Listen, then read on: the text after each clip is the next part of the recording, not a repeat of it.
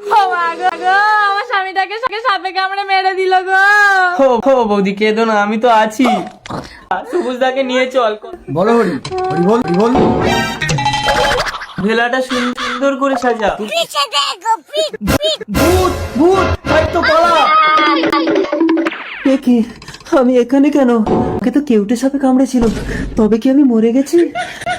না না, তাহলে আমার খিদে পাচ্ছে কেন? এখন সবাই আমাকে ভূত ভেবে তান্ত্রিকের হাতে তুলে দেবে। আমি কলা গাছের ভেলায় চড়ে নদীর ওপারে মাসির বাড়ি চলে যাব। সাজুদা, মোরা জেগে উঠেছিল এই কথা বাড়িতে হবে, বলবি ভেলাই করে ভাসিয়ে দিয়েছি। ঠিক আছে।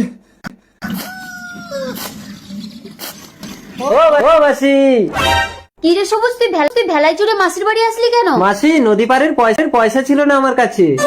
আহা বাচ্চাটা আমার কাছে, বাড়িতে চল খেতে দেবো। মনে হয় আমি বেঁচে নেই। মাসিকে কি করে বলি? মাসি তো ভয় পাবে। কি চিস আর? চলো মাসি। বৌদি 6 মাস তো হয়ে গেল, দাদা মরে গেছে, এবার শাখা সিঁদুরটা আমার নামে পরো। তাই দাও ঠাকুরপো। মাসি এ কি অনর্থ সাহিত্য, তুই দাদার বউকে বিয়ে কি করছিস? করবো মাসি, আগেই মারা 6 মাস। সবুজ 6 মাস আগে মারা গেছে, তাহলে আমার ঘরে ওটা কি? ও মাসি, মাসি গেল কোথায়? আমাকে ভয় লেগে গেছে। আয়নার ভেতরে তো আমি মাঝে মধ্যে আমাকে ভূতের মতো লাগে। ওই যে ভূত চান্ডাল। বাবা এ মরে ভূত হয়ে আজ 6 মাস ধরে আমার ঘরে বসে খাচ্ছে। তুই ভয় পাস না, একে আমি বোতলে ঢুকিয়ে মিশাবো। জয় চান্ডাল, এই ঢোক বোতলে। না বাল বাবা, আমি মনে হয় মরিনি। ওইটুকু বোতলের মধ্যে আমি ঢুকতে যাচ্ছি।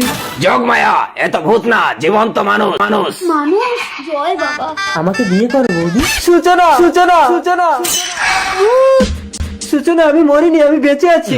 বৌদি তুমি কার সাথে কথা বলছো? আমাকে দেখতে পাচ্ছে না? তার মানে আমি কি সত্যি মরে গেছি? কিন্তু তাহলে আমি কেন দেখতে পাচ্ছি? ও তোমার স্বামী ছিল তো, তাই শুধু তুমিই দেখতে পাবে। আমিও তো দেখতে পাচ্ছি। সাল্টু, তুই আমাকে দেখতে পাচ্ছিস? তার মানে আমি বেঁচে আছি। তাহলে তুমি স্বামী? ও এতদিন আমার বাড়িতে ছিল। মাসি, পরের বউকে বিয়ে করার জন্য লজ্জা করলে তোমার লজ্জা করলে? হরি হে মা ধোবো, চান করবো না গা ধোবো।